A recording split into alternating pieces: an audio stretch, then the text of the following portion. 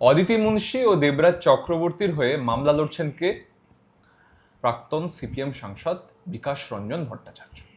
তিনি এবারে সিপিএম এর তরফ থেকে ক্যান্ডিডেটও ছিলেন। তারপর তিনি তৃণমূলের নেতা এবং নেত্রীর হয়ে মামলা লড়ছেন। বিড়ম্বনায় পড়েছে সিপিএম। শতরূপ, কি বলবেন আপনি? বিকাশ দাকে নিয়ে তো চারদিকে শোরগোল। তা আমি কি বলবো? আমি তো মামলা লড়ছি না, এটা বিকাশ দাকেই প্রশ্ন করলে আপনি উনি ভালো সিপিএম এর বলতে রাজ্য পারবেন। কমিটির সদস্য, আপনাকে তো দায় নিতে হবে। না না, উনি তো চুরি ডাকাতি করেননি, মামলা লড়েছেন। তবে হ্যাঁ, দেখুন, আমি এটা বলছি, উনি তো বিকাশ দা তো এর আগে অর্জুন সিংয়ের হয়ে মামলা লড়েছেন, যখন অর্জুন সিং বিজেপির নেতা। তো আরও অনেকের হয়েই লড়েছেন এরকম। মুকুল রায়ের হয়ে বোধহয় কিছু এরা লড়েছিলেন, এক্ষেত্রে লড়ছেন। উনি তো একাধিকবার বলেছেন, আপনাদেরকেও আমি দেখলাম কালকের ইন্টারভিউতে বলেছেন যে উনি ওনার ওনার মতো করে উনি ওনার রাজনৈতিক সত্তা এবং উকিল হিসেবে ওনার সত্তাটাকে কিছু ক্ষেত্রে আলাদা রাখেন। তো এক্ষেত্রে হয়তো রেখেছেন, আমি কি বলতে পারি। না, কিন্তু যারা শিক্ষক নিয়োগ দুর্নীতি করলো, যারা চুরি করলো বলে বারবার বারবার সেই বিকাশ রঞ্জন ভট্টাচার্য কোর্টে গিয়ে মামলা করলেন, এবার তাদেরকে একটা পৃথক মামলায় বাঁচাতে তিনি আবার কোর্টে যাচ্ছেন তাদের হয়ে। হ্যাঁ দেখুন, সুতরাং এই প্রশ্ন ওঠাটা স্বাভাবিক, আমি এটাকে অস্বাভাবিক বলছি না। বা আপনি যদি বলেন যে বিড়ম্বনা, হ্যাঁ দেখুন, এর কিছুটা তো সত্যি। এখন আমি বিকাশ দা গতকাল যখন এই মামলাটা করেছেন, তার একটু আগেই আবার এটাও অনেকে, আপনারা তো এটাকে নিয়ে এখন প্রচার করবেন না, আপনারা খালি এখন এই যে খবরে এই মানে কি বলবো, এই টকঝাল মিষ্টি ব্যাপার আছে সেগুলোকেই খবর করবেন। এই যে অবাধে হকার উচ্ছেদ হচ্ছে, গতকালই দুপুরবেলা বিকাশ দা আবার কোর্টে এই যে হাওড়া হুগলির যে জলপথে যে দুদিকে যে হকার উচ্ছেদ মামলা করে সেটাকে আটকেছেন। সুতরাং সেটাকে নিয়ে আপনারা খবর সেটা তো করছেন উনি না। করবেনই, সেটা হ্যাঁ। তো তিনি আদর্শ। না না, আমি বুঝতে পেরেছি, আপনার প্রশ্নটা। আমি বলছি যে এক হলো এইটা, এতদিন ধরে বিকাশদার করা মামলায় যে পার্থ চ্যাটার্জিরা জেল খেটেছে, কি সুদীপ বন্দ্যোপাধ্যায়, মদন মিত্র জেল খেটেছে, কুণাল ঘোষা জেল খেটেছে, এটাও মিথ্যে নয়। আবার কিছু ক্ষেত্রে এই ধরনের মামলা যখন করেছেন উনি, তখন কিছু প্রশ্নও উঠেছে, তার উত্তর বিকাশদার মতো করে দিয়েছেন। এরপরে যদি পার্টি মনে করে এটাকে নিয়ে আরও বেশি করে উত্তর দেওয়া দরকার রয়েছে, পার্টির নেতৃত্বরা রয়েছেন, তারা আলোচনা করবেন। আমাদের পার্টির সম্পাদক মণ্ডলী রয়েছে, সম্পাদক আছেন, তারা আলোচনা করে উত্তর দেবেন। কিন্তু আমি আমার জায়গা থেকে ইচ্ছে বেশি কী বলতে পারি। পার্টির যারা সিম্প্যাথাইজার রয়েছেন, শিল্পী হতে পারেন, তারা ফেসবুকে লেখালেখি করছেন যে এইটা কি কমরেডশিপ। দেখুন, আমার আমি আপনাকে যেটা বললাম যে এটাকে নিয়ে কিছু প্রশ্নটা হয়তো স্বাভাবিক, আমি এটাকে অস্বীকার করব না। মুশকিলটা হচ্ছে বিকাশদা যখন নিয়োগ দুর্নীতি নিয়ে মামলা করেছেন, কি এই চিটফান্ডের দুর্নীতি নিয়ে মামলা করেছেন, তখন তো ওটাকে শুধুমাত্র আমরা ওনার প্রফেশনাল অ্যাক্টিভিজম হিসেবে দেখিনি, এটাকে তো ওনার পলিটিক্যাল অ্যাক্টিভিজম হিসেবেও দেখেছি এবং সেটাকে সেলিব্রেট করেছি। সুতরাং যখন উনি দুর্নীতির বিরুদ্ধে, খুন সন্ত্রাসের বিরুদ্ধে মামলা করবেন, তখন যদি ওনার উকিল সত্তার ঊর্ধ্বে উঠে ওনার রাজনৈতিক সত্তাটাকে আমরা সেলিব্রেট করি, সেক্ষেত্রে আবার অন্যরকম একটা মামলা করলে তখন আবার একটা প্রশ্ন ওঠাটাও অস্বাভাবিক নয়। আমি এটাকে অস্বীকার করবো না, কিন্তু আমি বলছি যে এর উত্তর আমার কাছে নেই। যদি আপনারা আমাদের একটু সময় দেন, তাহলে নিশ্চয়ই পার্টি এটাকে নিয়ে আলোচনা করে কোনো একটা কথা জানাবেন। এর চেয়ে বেশি আমার পক্ষে এখন কী করে কিছু বলা সম্ভব। তাহলে তো এখানে তো কোথাও বিরূপ প্রতিক্রিয়া যাচ্ছে মানুষের মনে। তারা ফেসবুকে লেখালেখি করছেন যে এইভাবে এগোলে সিপিএম পার্টিটা এগোবে কি করে, সেখানে বিকাশ রঞ্জন ভট্টাচার্যের উপর তারা ভরসা করতেন, তিনি এখন অদিতি মুন্সি দেবরাজ চক্রবর্তীর হয়ে মামলা লড়ছেন। দেখুন, নিশ্চয়ই যারা লেখালেখি করছেন তাদের অনেক জায়গায় খারাপ লেগেছে, তারা লিখেছেন। নিশ্চয়ই তারা আমাদের পার্টির সমর্থক, এত খারাপ সময় আমাদের পার্টিকে সমর্থন করছেন। সুতরাং তাদের সেই খারাপ লাগার উত্তর দেওয়ার দায়িত্ব পার্টির আছেই, এবং পার্টি নিশ্চয়ই সেই উত্তর দেবেন বা সেই ব্যাখ্যা দেবেন বা কোনো একটা অবস্থান নেবেন। দেখুন, আমি আমার পার্টির একজন কর্মী হিসেবে আমি এইটা বলতে পারি যে আমিও সেই, যতক্ষণ পর্যন্ত পার্টির জায়গা থেকে সেই উত্তরটা না আসছে, আমার পক্ষে আগ বাড়িয়ে কোনো উত্তর দেওয়া সম্ভব আপনি না। আইনজীবী হলে এর মামলা লড়তেন অদিতি মুন্সি দেবরাজ চক্রবর্তীর হয়ে? আরে আপনি এখন ক্রিকেটার হলে এই সময় মাঠে গিয়ে ক্রিকেট খেলতেন, আপনি সাংবাদিক বলে এখন এখানে বসে প্রশ্ন করছেন। এইসব ফিকটিশিয়াস প্রশ্নের উত্তর না না না, না, আমি হলে লড়তাম না এবং আমি অপেক্ষা করে আছি কখন দেবরাজ আর অদিতি মুন্সি জেলে যাবে।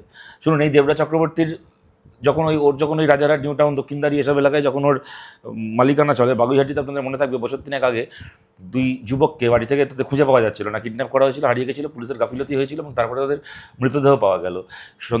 তখন কমরেড মোহাম্মদ সেলিম, কমরেড সুজন চক্রবর্তী, আমরা তাদের বাড়িতে গেলাম, তার বাবা মার সাথে কথা বলছি, বাবা মা কাঁদছে, পুলিশের গাফিলতি নিয়ে কথা হচ্ছে, পাড়ার লোকজন আছে। এমন সময় দেবরাজের গুন্ডা বাহিনী সেখানে ঢুকেছে, দরজা ঠেলে ঢুকে গিয়ে এখানে সিপিএম রাজনীতি করছে, ওটা ওখান থেকে এই করতে দেবো না, সেই করতে দেবো না করে ওখানে শুরু করলো। গোটা রাজারহাট এলাকাতে ও কত কোটি টাকার তোলাবাজি করেছে, আমাদের কত কমরেডকে মারধর করেছে, পার্টি অফিসে হামলা করেছে, এগুলোকে নিয়ে আমরাই এতদিন ধরে বলে এসেছি। সুতরাং আমি আমার কথা বলতে পারি, বা আমার মতো আমাদের পার্টির গোটা পার্টি তাকিয়ে আছে কখন দেবরাজও জেলে যাবে। এই দেবরাজের জন্য বিকাশবাবু মামলা লড়ছেন, সেটা আপনি বিকাশবাবুকে জিজ্ঞেস করুন, আর অথবা পার্টির পক্ষ থেকে একটা বক্তব্য আসার জন্য অপেক্ষা করুন। আপনার বক্তব্য মানে আপনি রাজ্য কমিটির সদস্য, তাই তো আপনাকে জিজ্ঞাসা। দেখুন, আমি আপনাকে একটা কথা বলি, আমাদের পার্টি না তৃণমূল নয়। এখন ঋতব্রত ব্যানার্জির মুখের সামনে মাইক ধরলে, কি কল্যাণ ব্যানার্জির মুখের সামনে মাইক ধরলে আপনারা যত সহজে তাদের মুখ থেকে তাদের পার্টির বিরুদ্ধে কথা শুনতে পাচ্ছেন, কি তাদের মুখ থেকে তাদের পার্টির একজন সহকর্মীর বিরুদ্ধে কথা শুনতে পাচ্ছেন, আপনি যদি একই প্রত্যাশা সিপিএমের কাছ থেকে করে থাকেন, সেক্ষেত্রে আপনার সেই প্রত্যাশা আমি পূরণ করতে আমি পারবো না। প্রত্যাশা করছি না, আমি জানতে চাইছি। আপনি জানতে চেয়েছেন, আমি আমার উত্তর, আপনি একটা প্রশ্ন 10 বার ঘুরিয়ে করতে পারেন, আমি তো 10 বার 10 রকম উত্তর দিতে পারবো না। আমি আপনাকে এইটুকু বলছি, আমি চাই, আমার মতো অসংখ্য বামপন্থী মানুষ চান এবং আমাদের গোটা পার্টি চায় যে দেবরাজ সহ এই তৃণমূলের চোরগুলো জেলে যাক। কেন এরা এতদিন জেলে যায়নি, এটাই আমাদের প্রশ্ন। এদের জেলে যাওয়া উচিত, আমরাও চাই এরা জেলে যাক। যদি এখন বিকাশদা যে কোনো কারণেই হোক একটা কিছু মামলা করেছেন, স্টে অর্ডার পেয়েছেন, আমি সবসময় বিকাশদার জয় চাই যে কোনো মামলায়, কিন্তু এই মামলায় যদি বিকাশদা হেরে যান এবং কালকে দেবরাজ জেলে যায়, আমি খুশি হব। বিকাশ দা হেরে গেলে আপনি খুশি হবেন এই মামলায়, এই মামলার ক্ষেত্রে। আবার হকার উচ্ছেদের মামলায় কি গরিব মানুষের বাড়ি ভাঙার মামলায় যে বিকাশদা লড়ছেন, সেই লড়াই আমাদের সবাইকে একটা ভরসার জায়গা দিচ্ছে। আচ্ছা, আপনি কি এটা বিশ্বাস করেন যে বিকাশ ভট্টাচার্যের এই মামলা লড়াটা মানুষের কাছে একটা ভুল বার্তা দিচ্ছে, একটা বিরূপ বার্তা দিচ্ছে?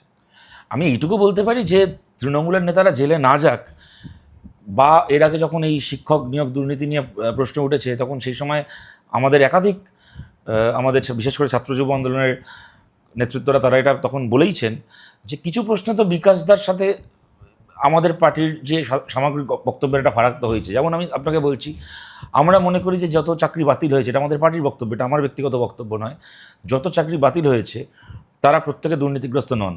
তাদের মধ্যে একটা অংশ অবশ্যই দুর্নীতি করে তৃণমূলকে টাকা দিয়ে চাকরি পেয়েছে। তৃণমূল কংগ্রেস তাদেরকে রক্ষা করার জন্য গোটা রিক্রুটমেন্ট প্রসেসটাকেই হাঁড়ি কাটে বলে দিয়েছে। কখনোই এই 26,000 ছেলেমেয়ের প্রত্যেকে চোর নয়, কখনোই প্রাইমারি টেটের এই 30 না 31,000 না 33,000 ছেলেমেয়ে তারা প্রত্যেকে দুর্নীতিগ্রস্ত নয়। এটা আমাদের পার্টির বক্তব্য। এবার আইনজীবী হিসেবে বিকাশদা অনেক ক্ষেত্রে সেগুলোকে দেখা গেছে একদম আইনের যে টেকনিক্যাল যে বাউন্ডারি তার মধ্যে দিয়ে দেখেছেন, তার জন্য নাকি আমি দোষ দিতে পারি না। আপনি যদি একজন ডাক্তার হন, আপনি এক অর্থে একটা বিষয়কে দেখবেন, আমি একজন নন মেডিকো হিসেবে একভাবে দেখব। সুতরাং প্রতিটা, আপনি সাংবাদিক হিসেবে কোনো একটা ঘটনা ঘটলে আপনার একটা দায় থাকে দুপক্ষের বক্তব্য তুলে ধরার, কিন্তু আমি একজন রাজনৈতিক কর্মী হিসেবে আমার সেই দায় থাকে না, আমি আমার দলের বক্তব্যটাই তুলে ধরি। আমি তো তখন দেখতে চাই না যে আর অন্য দিকের বক্তব্যটা কী, সেটা মঞ্চে দাঁড়িয়ে বলি না। প্রত্যেক পেশার কতগুলো নিজস্ব হচ্ছে প্যারামিটার রয়েছে। বিকাশদা পেশাগতভাবে ওনার একটা প্যারামিটার দিয়ে উনি দেখেছেন, তার জন্য ওনাকে দোষ দেওয়া যায় না। কিন্তু এইটুকু বলতে পারি যে আমাদের রাজনৈতিক আমাদের পার্টির রাজনৈতিক বক্তব্যের জায়গা থেকে আমরা তৃণমূলের চোরেদের জেলে যাওয়ার জন্য অপেক্ষা করে আছি। কেন ওরা এখনো অবধি জেলে যায়নি, এটা আমাদের কাছে একটা প্রশ্ন। গরিব মানুষের বাড়ি ভাঙার আগে নোটিশ দেওয়া দরকার হবে না, আর অভিষেক ব্যানার্জিকে 10 বার নোটিশ দিয়ে ওকে স্টে অর্ডার আনার সুযোগ করে দেওয়া হবে, এইগুলো আমাদের কাছে প্রশ্ন। কেমন আমরা এইটুকু আমি বলতে পারি। এর বাইরে আপনি যদি ভেবে থাকেন যে আমার কাছ থেকে দুটো উল্টো দিকের কথা বার করে আপনার চ্যানেলে গিয়ে স্প্লিট স্ক্রিন করে দেখাবেন, যে একদিকে বিকাশ ভট্টাচার্য জয়ী বলছে, উল্টো দিকে শতরূপ ঘোষাই বলছে, সিপিএমের মধ্যে দ্বন্দ্ব, ওই কদিন ধরে যেরকম অভিষেক আর কল্যাণ ব্যানার্জি দেখাচ্ছিলেন, কি ওই কোহিনুর বনাম ঋষিদত্ত বনাম তমুক দেখাচ্ছিলেন, ওরকম স্প্লিট স্ক্রিন করে সিপিএমের খবর করতে পারবেন না। তার জন্য আমরা স্প্লিট স্ক্রিন করে খবর করার জন্য তো আপনার কাছে আসেনি, সে আগে অনেক। আপনি কি জন্য এসেছেন সেটা আমি জানি না, প্রশ্ন করছি। হ্যাঁ, প্রশ্ন তো করেছেন, আমি আমার উত্তর দিয়েছি, উত্তর পেলাম। আপনি আপনাকে কি আজ সকাল থেকে চিনি নাকি? আপনাদেরকে চিনি না। প্রাথমিক শিক্ষক নিয়োগ দুর্নীতি নিয়ে আপনি কথা বললেন। আজকে শুভেন্দু অধিকারী, নতুন মুখ্যমন্ত্রী, তিনি বলেছেন যে এই শিক্ষক নিয়োগ দুর্নীতির যে কারণগুলো দেখা গেছে তাতে বাংলার মুখ পুড়েছে, ফলে ওএমআর সিটের কার্বন কপি পরীক্ষার্থীদের দিয়ে দেওয়া হবে, বেশ কিছু স্বচ্ছতা আনতে পদক্ষেপ করা হবে। এটাকে কিভাবে ব্যাখ্যা করবেন? না, যে আমি শুনছিলাম ওনার ঘোষণাগুলো, উনি যেটা বলেছেন যে মৌখিক পরীক্ষার নম্বর কমিয়ে আনা হবে, রিটেন টেস্টের নম্বরের উপর বেশি জোর দেওয়া হবে, এগুলো তো হওয়াই উচিত, এই নিয়ে তো কোনো সন্দেহ নেই। সুতরাং এইগুলোকে তো এইগুলোর দাবি তো আমরাও করে এসেছি। কিন্তু শুভেন্দুবাবু যদি সত্যি সত্যি গোটা প্রক্রিয়ার মধ্যে স্বচ্ছতা আনতে চান, তাহলে আমরা আশা করবো যে 2016, 17, 18, 19 সালে মেদিনীপুরেও যে চাকরির দুর্নীতিগুলো হয়েছে, প্রাইমারিতে, সেকেন্ডারিতে, টেটে, মানে প্রাইমারি টেটে যে দুর্নীতিগুলো হয়েছে, সেই দুর্নীতিগুলোও কারা করেছে, সেই দুর্নীতির টাকাগুলো কোথায় কোথায় গেছে, সেইগুলোও সামনে আসুক। তাহলে আমরা বুঝতে পারবো যে ওনার আন্তরিকতা। যেরকম কালীঘাট আর ভবানীপুরের চোরেদেরকে রক্ষা করা হবে না, সেরকম যেন মেদিনীপুরের চোরেদেরকেও রক্ষা না করা হয়, সবারটা যেন সমানভাবে সামনে আনা হয়, তবেই আমরা বুঝতে পারবো যে উনি আন্তরিক এই বিষয়ে। আচ্ছা, যুবভারতী ক্রীড়াঙ্গনের সামনে একটা বিদঘুটে মূর্তি ছিল, সেই মূর্তিটাকে ভেঙে ফেলা হয়েছে, আপনি নিশ্চয়ই দেখেছেন, পা উপরে একটা গ্লোব। ভালো হয়েছে, ভেঙে ফেলা হয়েছে। সত্যি ওটা বিদঘুটে মূর্তি। ও মূর্তি কে বানিয়েছিল, কার মাথা থেকে বেরিয়েছিল জানি না, এগুলো মমতা বন্দ্যোপাধ্যায়ের মাথা থেকে। তাই হবে, মমতা বন্দ্যোপাধ্যায় নিজের কুরুচির চাদরে গোটা পশ্চিমবাংলাকে ঢেকে দিয়েছিলেন। ওনার একটা কিমাকার সেই কি, যখন রেলমন্ত্রী ছিলেন কতগুলো ছবি এঁকেছিলেন, মানে একটা মানে প্রাইমারির একটা বাচ্চাকে যখন ড্রয়িং স্কুলে ঢুকিয়ে হাতে কাগজ আর প্যাস্টেল রং দিয়ে দেওয়া হয়, দিয়ে বলা হয় যেমন খুশি কাগজে রং বোলাও, তখন যে ছবিটা তৈরি হয়, মমতা ব্যানার্জি বিরাট শিল্পী, সেই ছবি করে দুরন্ত এক্সপ্রেসের কামরা বানিয়েছিলেন। এখনও রেলে চড়তে গিয়ে দেখি কিছু কামরা এখনও এরকম রয়ে গেছে। তারপর থেকে এতগুলো রেলমন্ত্রী এসে সরকার পাল্টেছে, তবু সেই কামরা পাল্টায়নি। মমতা বন্দ্যোপাধ্যায়ের মানে উনি শিল্পী নন, তবু ওনাকে কিম্ভূত কিমাকার কি একখানা প্যাঁচার মতো ছবি এঁকেছিলেন, সেটা হয়ে গেল রাজ্য সরকারের কন্যাশ্রীর লোগো।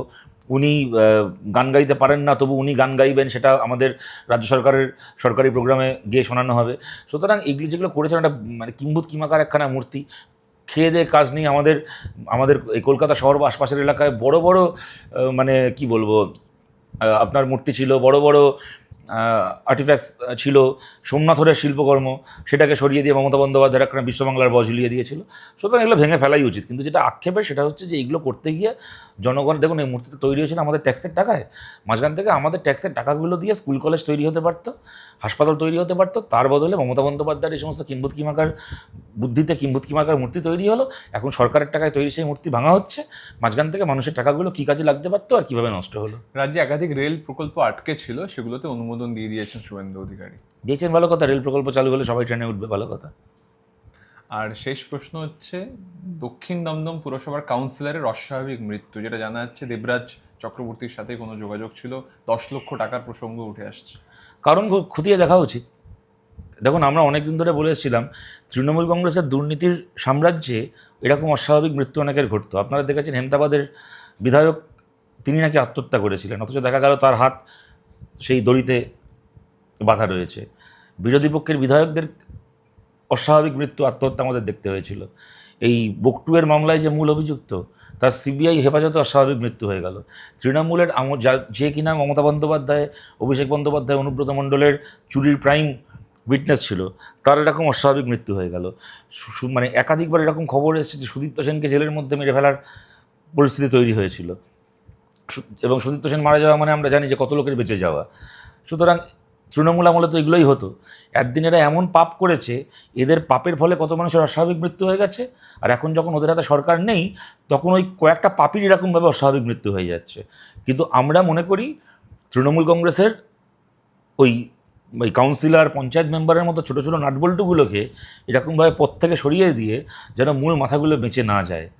সেই কারণে আরও বেশি করে মনে করি অবিলম্বে তৃণমূল কংগ্রেসের কাউন্সিলর থেকে শুরু করে যারা এই চুরি দুর্নীতিগুলো করেছে, অবিলম্বে তাদেরকে জেলে ঢোকানো উচিত, যাতে করে কিনা তারা সুইসাইডও না করে, তাদেরকে মেরেও না ফেলা হয় জেলের বাইরে, এবং ঠিকমতো করে তাদেরকে ইন্টারোগেট করে সত্যিকারের এই দুর্নীতির মাথায় যে বসছিল কালীঘাটের ক্যামাক স্ট্রিটের চোরগুলো, তাদেরকে যেন ইমিডিয়েটলি তাদের বিরুদ্ধে ব্যবস্থা নেওয়া হয়। আচ্ছা, শিক্ষার ক্ষেত্রে নতুন সরকার একাধিক পরিবর্তন আনছে।